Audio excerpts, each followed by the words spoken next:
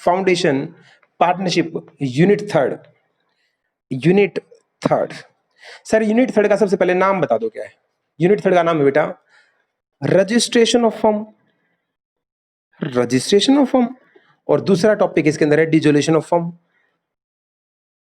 ओहो हो सर, एक में फर्म का जन्म कैसे होता है इसकी बात करेगा, और एक में फर्म का मरण कैसे होता है, मृत्यु कैसे होती है उसकी बात करेगा। जन्म मरण की बात है तो रजिस्ट्रेशन ऑफ फर्म पे जन्म हो जाता है, डिसोल्यूशन पे फर्म खत्म हो जाती है। इसका थोड़ा सा प्रोसीजरल एस्पेक्ट हम सीखेंगे कि रजिस्ट्रेशन कैसे होता है, और जब कोई फर्म डिसोल्व होती है तो डिसोल्व किन किन कारणों से होती है, वॉलंटरी होती है, कंपल्सरी होती है, कोर्ट के ऑर्डर से होती है, बिना कोर्ट के ऑर्डर से होती है, और जब डिसोल्व हो जाती है तो पार्टनर को क्या म्यूचुअल राइट्स एंड ड्यूटी मिलते हैं। इन तमाम चीजों के बारे में चर्चा करने के लिए मैं आपका होस्ट वेद सोनी आपकी स्क्रीन पर ये रहा। फर्स्ट पॉइंट सर, सेक्शन बताना कौन सा, सेक्शन नंबर 58। एक बात बताना बेटा, मैं आपसे पूछूंगा, अगर आपको फर्म का रजिस्ट्रेशन कराना है, अगर आपको करवाना है, वैसे तो ऑप्शनल होता है, पहली बात तो बता दूं, इंडिया के अंदर फर्म का रजिस्ट्रेशन ऑप्शनल है, ऑप्शनल। दिल करे तो अपनी फर्म को रजिस्टर्ड कराओ, दिल करे तो मत कराओ। सर इंग्लैंड में, यूके में, वहां पे क्या है, इंग्लैंड एंड यूके उस साइड अगर जाएं तो फर्म का रजिस्ट्रेशन मैंडेटरी है, मतलब रजिस्ट्रेशन करवाना ही करवाना, जैसे कंपनी का होता ही होता है। सर हम ये पेपर में इसकी बात करके आएंगे या इसकी बात करके आएंगे, फटाफट बताओ। इंडिया में जी रजिस्ट्रेशन करवाना ऑप्शनल है, दिल करे तो कराओ, दिल करे तो मत कराओ। हाँ ये बात जरूर कहूंगा, रजिस्टर्ड हो जाओगे तो कुछ एक्स्ट्रा बेनिफिट मिलते हैं, और वो एक्स्ट्रा बेनिफिट ऐसे हैं, वो एक्स्ट्रा बेनिफिट ऐसे हैं कि हर बंदे को रजिस्टर्ड होना ही पड़ता है। तो ये ऑप्शनल का तो बस दिखावा कर रखा है, चलेगा। अगर ऑप्शनल है, तुम्हारा मन किया कि चलो रजिस्टर्ड हो जाते हैं, तो बेटा जैसे रजिस्ट्रार ऑफ कंपनी होता है, ऐसे ROF भी तो होता है, registrar of firm, registrar of firms. ये एक बंदा है, ये एक बंदा है, मुझे अपनी फर्म को रजिस्टर्ड कराना है, तो ये मेरे घर आएगा या मैं इसके पास जाऊंगा? हम जाएंगे, खाली हाथ जाएंगे, एप्लीकेशन लेके जाएंगे। सिर्फ खाली एप्लीकेशन की मेरी फर्म को रजिस्टर्ड कर दो, या उसके साथ एक स्टेटमेंट भी लेके जाएंगे? उस स्टेटमेंट खाली कागज होगा, या उसमें हमने फर्म का नाम भी, हमारा एड्रेस भी, हमारा कितने पार्टनर हैं, पार्टनर के एड्रेस, हमारी फर्म का ऑब्जेक्ट, हमारा हेड ऑफिस, सब कुछ उसके अंदर बता रखा होगा, या खाली जाएगा? क्या उसको साइन करके ले जाएंगे या बिना साइन करके लेके जाना है? साइन करके लेके जाना है, ठीक बात है बेटा।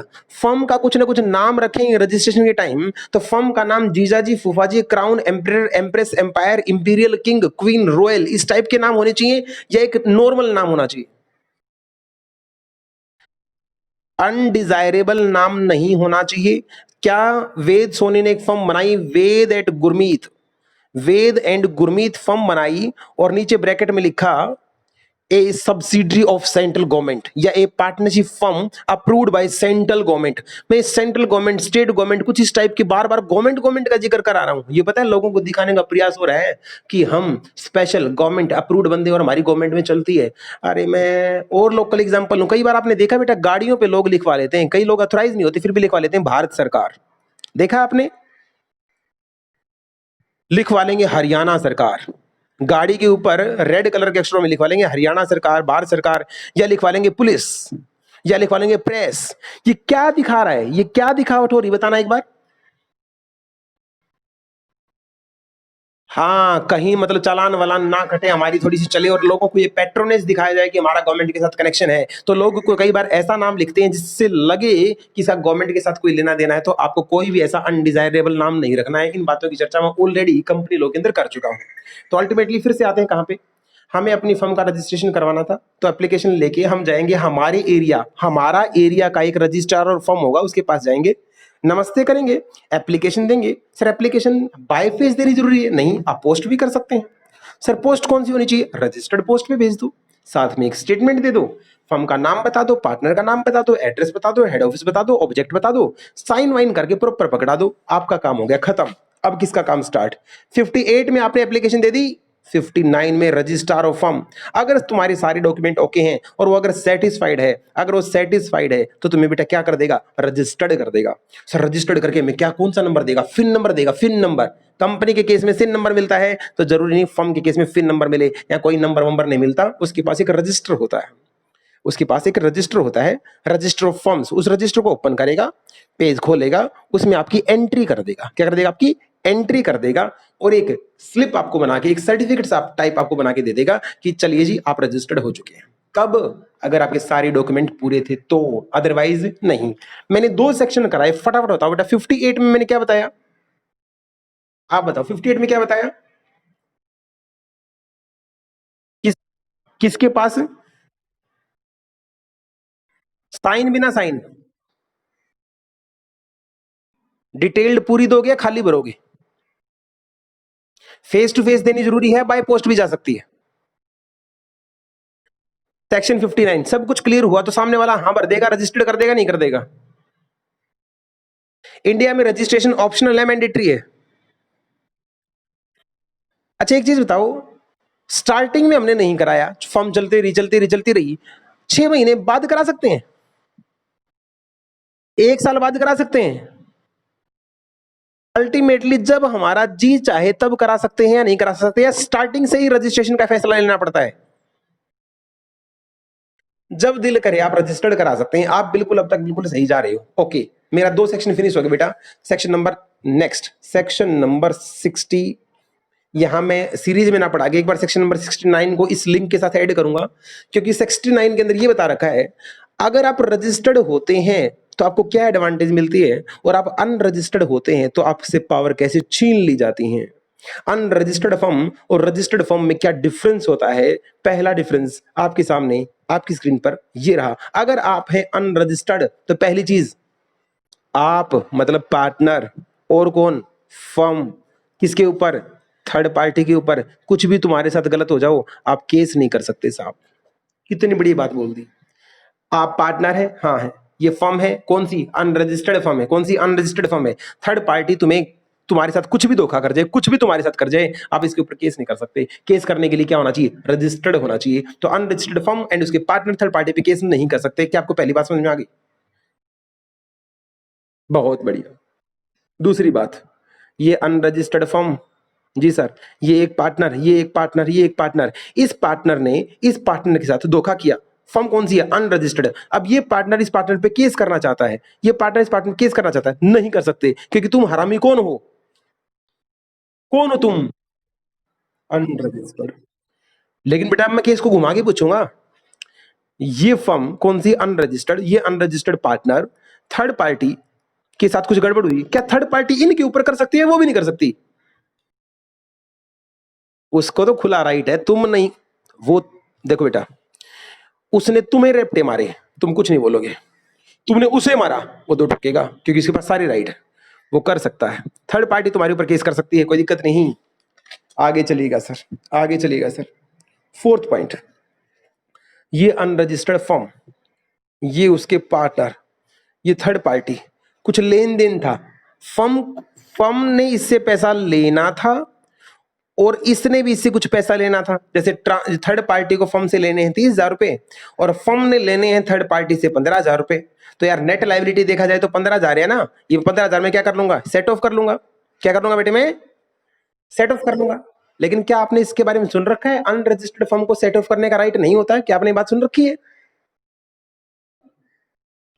अगर आप अनरजिस्टर्ड हैं तो आप क्लेम को सेट ऑफ नहीं कर सकते। क्लेम को सेट ऑफ नहीं कर सकते। सिर्फ 100 रुपए तक का क्लेम सेट ऑफ कर सकते हो। कितने रुपए तक का? ये लिमिट दी और ना दी बराबर है। 1932 में हो सकता है 100 रुपए की कुछ वैल्यू, लेकिन आज के टाइम पे 100 रुपए की कोई सिस्टम है ही नहीं। तो हम अल्टीमेटली मान के चलेंगे, अगर क्लेम करने का और सेट ऑफ करने का राइट सिर्फ रजिस्टर्ड फर्म के केस में होता है, अनरजिस्टर्ड के केस में नहीं होता। एक बात बताओ यार, जब कोई बंदा बिजनेस करेगा, जब कोई बिजनेस करेगा तो उधार देगा भी, उधार लेगा भी, झगड़े भी होंगे, मन मुटाव भी होगा। अल्टीमेटली हाथ काट दिए अनरजिस्टर्ड के, कोर्ट में तो घुसने ही नहीं दे रहे हमें। जब कोर्ट में घुसने नहीं देंगे तो हमारे साथ न्याय कैसे होगा? तो हर बंदा क्या करवा लेता है अपने आप को? हर बंदा क्या करवा लेता है अपने आप को? बोलो।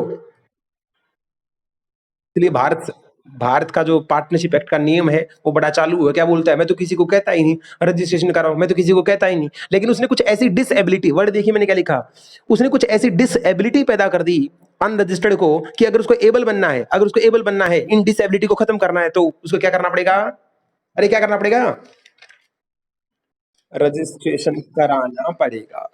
अब मैं उस बात पे आता हूं जो मैंने आपको समझाने का बोला था कि मैं आपको बताऊंगा बेटा, एक डिसोल्यूशन ऑफ पार्टनरशिप होता है और एक डिसोल्यूशन ऑफ एक तो होता है dissolution of partnership of dissolution, और एक डिसोल्यूशन ऑफ फर्म होता है। क्या इन दोनों में कुछ फर्क होता है क्या? सर तीन पार्टनर थे, ए बी सी, सी चला गया, डी आ गया, पार्टनरशिप तो टूट गई। ये क्या है? Dissolution of partnership. ये क्या है? जिसका मतलब जब कोई नया पार्टनर आता है, जब कोई पुराना छोड़ के जाता है, जब कोई नया पार्टनर आता है पुराना छोड़ के जाता है, तो डिसोल्यूशन ऑफ पार्टनरशिप होती है। सर डिसोल्यूशन ऑफ फर्म क्या है? फर्म में वर्ड यूज करूंगा मैं, discontinuation. Oh my god, discontinuation क्या? Of partnership. अब की बार तो पार्टनरशिप ही बंद हो गई, बंद हो गई, सिरे से बंद हो गया, काम ही बंद खत्म हो गया। जब फर्म डिसोल्व होती है तो फर्म डिसोल्व हो जाती है, बंद हो जाती है, आगे काम कैरी नहीं होता, पार्टनरशिप टूटी है। अरे सी गया है, डी आ गया, ए बी डी, अब आगे काम कंटिन्यू करेंगे। तो यहाँ पे फर्म चलती रहती है, यहाँ पे फर्म डिसोल्व हो जाती है। इन दोनों के अंदर आप डिफरेंस दे सकते हैं। नॉर्मली नॉर्मली डेथ के केस में डिसोल्यूशन होता है, इंसॉल्वेंसी के केस में डिसोल्यूशन होता है, अगर फर्म अनलॉफुल काम करती है तो डिसोल्यूशन होता है, जब फर्म को बंद कर दिया जाता है तो फर्म डिसोल्व हो जाती है। मैं आपसे एक बात पूछूंगा एक लाइन में, क्या डिसोल्यूशन ऑफ फर्म में डिसोल्यूशन ऑफ पार्टनरशिप होता है? क्या डिसोल्यूशन ऑफ पार्टनरशिप में डिसोल्यूशन ऑफ फर्म होता है? बहुत बढ़िया। तुम कहां से सीख के आए ये बातें? तुमने पार्टनरशिप मेरे हिसाब से बहुत डीपली पढ़ रखी है। अब हम जो टॉपिक करेंगे बेटा वो डिटेल में टॉपिक करेंगे और बात करेंगे सिर्फ और सिर्फ डिसोल्यूशन की। तो डिसोल्यूशन के टाइप देखिए, और मैं डिसोल्यूशन ऑफ पार्टनरशिप नहीं करा रहा बेटा, ध्यान सुन लो, मैं डिसोल्यूशन ऑफ फर्म बताऊंगा। अब सारी चर्चा मैं करूंगा डिसोल्यूशन ऑफ फर्म पे। डिसोल्यूशन ऑफ फर्म दो टाइप की। आपकी फर्म बंद हो जाएगी साहब, आपका काम आज से खत्म हो जाएगा दो तरीके से, या तो कोर्ट के थ्रू, आप आपकी फर्म को विदाउट कोर्ट ऑर्डर के बंद करना चाहते हैं, या कोर्ट में घसीट घसीट के कोर्ट कचहरी के चक्कर लगा के फर्म को बंद करना चाहते हैं। ये डिपेंड करता है आपके ऊपर। अच्छा जी, सर विदाउट बिना कोर्ट कचहरी में जाए हम फर्म को कैसे बंद कर सकते हैं? जरा बता सकते हो बेटा एक आधा केस कैसे बंद हो सकता है? फर्स्ट,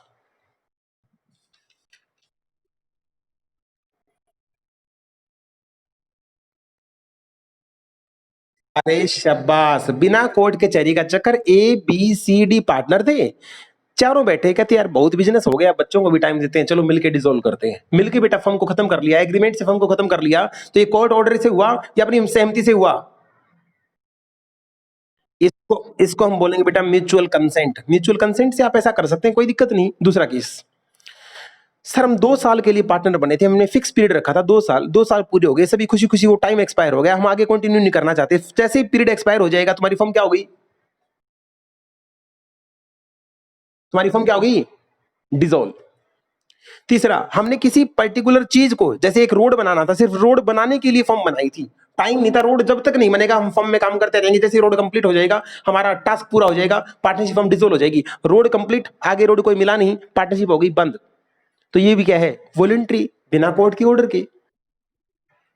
फोर्थ पॉइंट, सर आप क्या पढ़ाते हैं? कोचिंग। मनोज सर भी क्या पढ़ाते हैं? कोचिंग। दोनों ने मिलके फर्म बना रखी है सीए सॉल्यूशन। ठीक है सर, मनोज सर आप दोनों कोचिंग पढ़ाते हैं। कल को दैनिक भास्कर में फ्रंट पे आज पेज पे आता है, आज से प्राइवेट कोचिंग पूरे भारत में एक साथ बैन, और ये इलीगल एक्टिविटी है। अब बताओ बेटे, ऐसा बड़े बड़े अक्षरों में आ गया, भारत सरकार ने फरमान जारी कर दिया, जो प्राइवेट कोचिंग पढ़ाता पाएगा उसको सुरंग में ले जाया जाएगा। क्या अब ये फर्म कंटिन्यू कर सकते हैं या बंद होगी ही होगी? इसको बोला जाता है कंपल्सरी डिसोल्यूशन। ना कोर्ट ने करवाई ना हमने करी, लेकिन लॉ की वजह से मजबूरी में बंद करना पड़ा, इसको बोलते हैं कंपल्सरी डिसोल्यूशन। मैंने 4 चीज समझाई, बिना कोर्ट में जाए 4 तरीके से डिसोल्यूशन हो सकता है। फर्स्ट, कंसेंट के साथ। दूसरा, पीरियड एक्सपायर अगर हो जाए तो।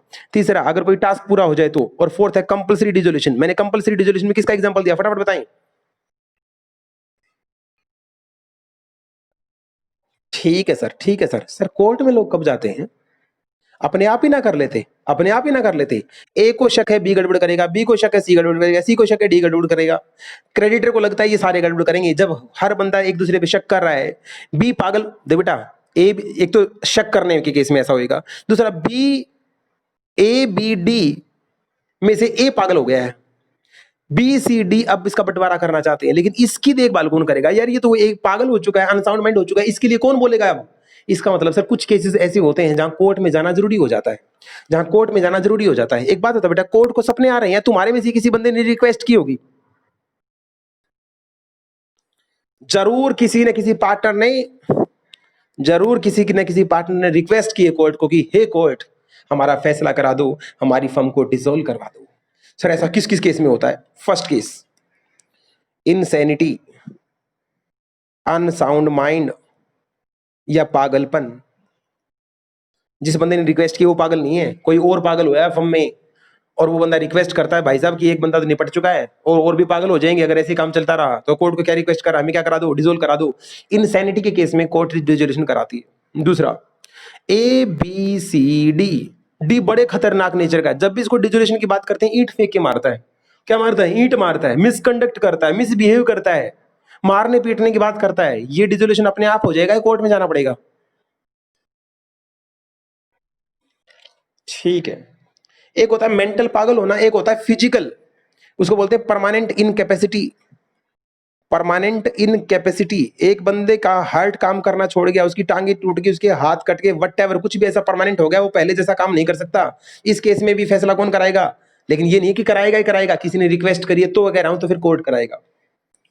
Okay, fourth point, sir A B C, कल आपने एक पॉइंट बताया था कि सी चाहे तो अपनी प्रॉपर्टी, अपना इंटरेस्ट किसी को ट्रांसफर करके जा सकता है। क्या आपको याद है? ये बात करवाई थी मैंने। और जो ट्रांसफर करने के बाद जो आएगा वो यहां पे पार्टनर तो नहीं बन सकता, लेकिन अपना हिस्सा तो ले सकता है। फटाफट बताओ। वो अगर इसको, अगर उसको हिस्सा पूरा नहीं दिया जाएगा तो क्या वो कोर्ट में जा सकता है? जा सकता है। पांचवा, ए बी सी डी लगातार काम कर रहे थे, फिर भी loss loss loss loss loss loss, इतना लॉस हो गया, बाहर वालों की बहुत सारी देनदारी बढ़ गई। अब लोग, कोई डी के कपड़े फाड़ रहा है, कोई सी के कपड़े फाड़ रहा है, कोई बी के कपड़े फाड़ रहा है, कोई ए के कपड़े फाड़ रहा है, जो जहां दिख रहा है उसके कपड़े फाड़ रहे हैं। अब क्या बोलेंगे? अब हमें कौन बचा सकता है? कोर्ट ही बचा सकता है। तो जब फर्म लगातार लॉस में चली जाती है और लोग हमारा पिंड नहीं छोड़ते, तो कोई बंदा रिक्वेस्ट करता कोर्ट को कि भाई माई बाप बचा लो हमें। सर और बताओ, इसके अलावा और कोई जस्ट एंड इक्विटेबल ग्राउंड, अगर कोर्ट को लगता है कोई और ग्राउंड है जिसमें फर्म को डिसॉल्व करा देना चाहिए, तो वो डिसॉल्व करा देगी। Ultimately chapter is over. ये था तुम्हारा चैप्टर। ये क्या बातें थी यार, ये छोटी छोटी बातें थी। कंपलसरी डिसोल्यूशन कब होगा, वॉलेंटरी डिसोल्यूशन कब होगा, फलाना क्या होगा, ढिमका क्या होगा। सर एक बात बताओ, आपने ऊपर लिखा डिसोल्यूशन, मैंने लिखा डिसोल्यूशन ऑफ फर्म, आपने इसके पार्ट करे या तो विदाउट कोर्ट या आपने लिखा विद कोर्ट। आपने विदाउट कोर्ट में 4 केस बनाए सर। कितने केस बनाए? आपने 4 केस बनाए। एक केस बनाया आपने कंसेंट का, एक केस में आपने बनाया पीरियड एक्सपायरी का, एक जिस इवेंट के लिए, जैसे रोड बनाने के लिए आप इकट्ठा हुए थे, वो इवेंट खत्म हो गई है, और फोर्थ पॉइंट था कंपलसरी डिसोल्यूशन, जिसमें आपने कोचिंग की बात बताई थी। सर ये सारी बात हमें समझ में आ गई। विद कोर्ट ऑर्डर सर आपने कुछ केस बताए, जैसे कि एग्जांपल दो बेटा, जैसे कि आप इनसैनिटी, और बताओ फिजिकल परमानेंट इनकैपेसिटी, और बताओ continue loss, fourth point misconduct bye partner, एक पॉइंट मैं बता देता हूं, जस्ट एंड इक्विटेबल ग्राउंड, और बताओ इंसॉल्वेंसी एटसेट्रा। चलिएगा, अब मेरा लास्ट क्वेश्चन आपसे और फिर ये चैप्टर दी एंड हो जाएगा। जब एक फर्म डिसॉल्व हो जाती है, जब एक फर्म डिसॉल्व हो जाती है बेटा, तो अब रियलाइजेशन ऑफ एसेट होगा। रियलाइजेशन ऑफ एसेट, अरे एसेट का बंटवारा करके एसेट को बेच के लायबिलिटी चुकता की जाएंगी, नहीं चुकता की जाएंगी। तो जो पैसा आएगा, जो पैसा आएगा उसमें सबसे पहले बाहर के लॉस भरे जाएंगे या फर्म के लॉस भरे जाएंगे? फटाफट बताओ।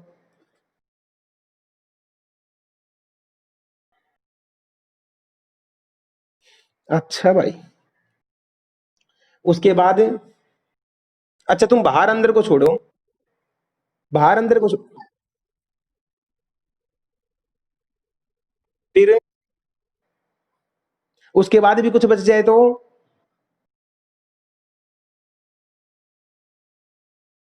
सबकी पेमेंट होने के बाद बेटा आपको फिर भी कुछ सरप्लस अगर बच जाता है तो इसको फेंकना है, आपस में बांट लेना है। अच्छा एक बात बताओ, फर्म का डिसोल्यूशन हो चुका है, फर्म खत्म हो चुकी है, ए बी सी डी, क्या इनके पास राइट नहीं है कि ये फटाफट अपने अकाउंट को सेटल करें? ये B C D account settle ही नहीं कर रही, तो क्या इनके पास राइट है कि जोर जबरदस्ती करे और अकाउंट को सेटल करवाए?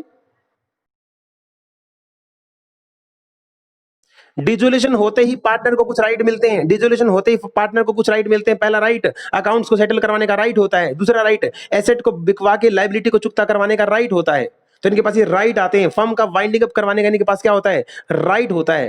तो कुछ भी गलत होने से बचने के लिए इनके पास कुछ राइट आते हैं, और जब ये राइट अपने पूरी कर लेते हैं तो अल्टीमेटली एक दिन वो आता है जिस दिन फर्म डिसोल्व हो जाती है और फर्म खत्म हो जाती है। अच्छा सर, अच्छा सर, और क्या करूं? कौन सी बेटा, जो जस्ट मैंने बोली?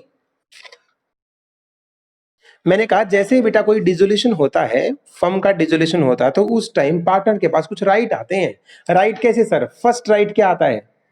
अच्छा यहाँ पे केस स्टडी और बना देता हूं, बड़े ध्यान सुनना बेटा, एक केस स्टडी इंपॉर्टेंट है एग्जाम के लिए। एक्स और वाई दो पार्टनर थे, एक्स और वाई दो पार्टनर थे। 1 दिसंबर को ये अपनी फर्म को डिसोल्व कर लेते हैं। क्या कर लिया बेटा इन्होंने? फर्म को डिसोल्व, और पब्लिक नोटिस नहीं दिया, पब्लिक नोटिस नहीं दिया है, पब्लिक को पता नहीं लगा है, और ये अलग अलग हो चुके हैं, अकाउंट्स भी सेटल हो चुके हैं। अब ये एक्स डिसोल्व होने के बाद जेड से 10,000 रुपए फर्म के नाम पर उधार ले लेता है, फर्म के नाम पर उधार ले लेता है। अब जेड एक इनोसेंट पार्टी, उसको पता ही नहीं कि फर्म डिसोल्व हो चुकी है। अब 10,000 रुपए लेके एक्स भाग जाता है। अब जेड वाई के पास जाता है और अपने पैसे मांगता है, और वाई कहता है हम तो डिसोल्व हो चुके हैं, और फर्म की डिसोल्यूशन के बाद फर्म ही खत्म हो जाती है, और जब फर्म ही खत्म हो जाती है तो फ्यूचर के जितने भी डेट है उसके लिए मैं लायबल थोड़ी ना हूं। तो आप मुझे बताइए कि वाई को भी ये लॉस बियर करना पड़ेगा या नहीं बियर करना पड़ेगा? बताओ गलती कहां हुई है? इसका मतलब सर, इसका मतलब अगर आपने अपनी फर्म को वॉलंटरी डिसोल्व तो कर लिया, डिसोल्व कर लिया, और अगर आपने डिसोल्व करने के बाद पब्लिक नोटिस नहीं दिया, तो बेटा जब तक तुम पब्लिक नोटिस नहीं दोगे, जब तक तुम पब्लिक नोटिस नहीं दोगे तब तक तुम्हें लायबल माना जाएगा। एम आई राइट? क्या बेटे?